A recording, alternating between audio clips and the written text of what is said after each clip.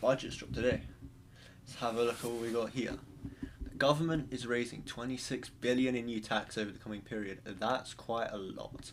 A major tax rise percentage. I think it's about 30% of GDP is now going to be on taxes, which is a lot.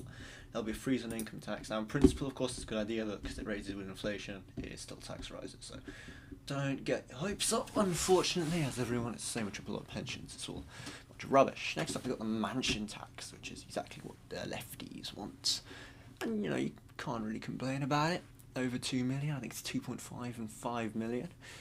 Increase in wealth tax, which is what people wanted. They gave the new immigration plan for the people on the right, and now they're giving the wealth tax to the left. So, it's just the way it is.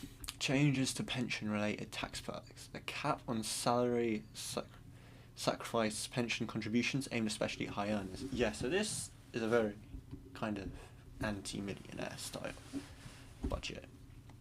It's kind of definitely hitting the more wealthy. And, obviously, can't complain too much about it. It's obviously hitting, as they say, the more wealthy, are going to have to pay more because they can't keep leeching off, the younger people and the lower and middle classes. So, in a way, you can't really complain about it. It does de-incentivise people from staying here, of course, but it's the way it is. Changes related to pensions, we love doing our pensions. Yeah. Now, the great stuff, tax on gambling and alcohol and dividends on electric vehicles, help the environment, taxing electric vehicles, love to see it. Gambling taxes, so poker is no longer going to be winnable in this country, which is a shame, but, it's the way it is. Obviously, tax on dividends will make businesses a lot harder to operate. So, great, but we've got to raise taxes somehow, right? We can never lower taxes. Because we need to fund a welfare state, which is great. The controversial 2-child benefit cap is gone. That's brought out. I think that's fine. We've got to up the birth rate, So it's taking 400,000 kids out of poverty, which is fantastic. A major policy reversal like this will help many families. I mean, they will. The government is targeting cost of living pressure by cutting energy bills. I saw this. They were taking some fuel stuff down, which the Tories put in a while ago. So, good on them. Public spending reforms, including investment in health, education and infrastructure. This is kind of vague welfare state tax spending, which we get all the time. It's like, oh, we'll put in the welfare state. Okay, well done. You're going to waste salary of doctors? No, you're not. So what are you doing with it? Sometimes you think they're just stealing it, but no, we know they're not.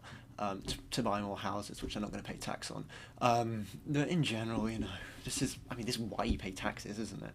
For the NHS and education. That's basically it, right? And you want the public buses, but we don't get them anymore, unfortunately. We have to get private stuff. Because, our dentist barely works, so yes. What's he trying to achieve?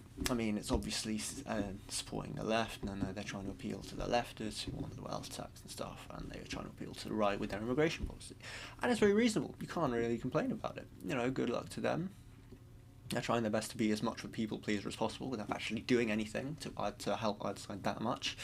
So they're just going to get crushed, basically, by being a failure. But at least people will be a little bit happier.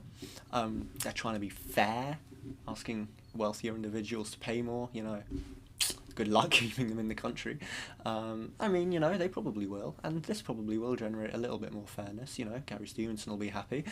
Obviously, this will benefit people with more than 2 children. Perfect. Ideally, we'd all want to be there someday. Houses under cost of living. So obviously, in principle, this raises cost of living, but because they're raising taxes stuff like Uber, they're going to then raise their prices to make up to raise taxes because they're not nice business owners.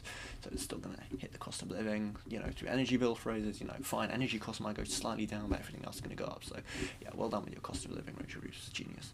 Use of public services. I wish we could keep investing in our public services. That's one thing I should pay my taxes for. So, please, do us off higher earners. Obviously. And businesses, you can't hate. I really don't understand why anyone would want to set up a private business in this country at this point.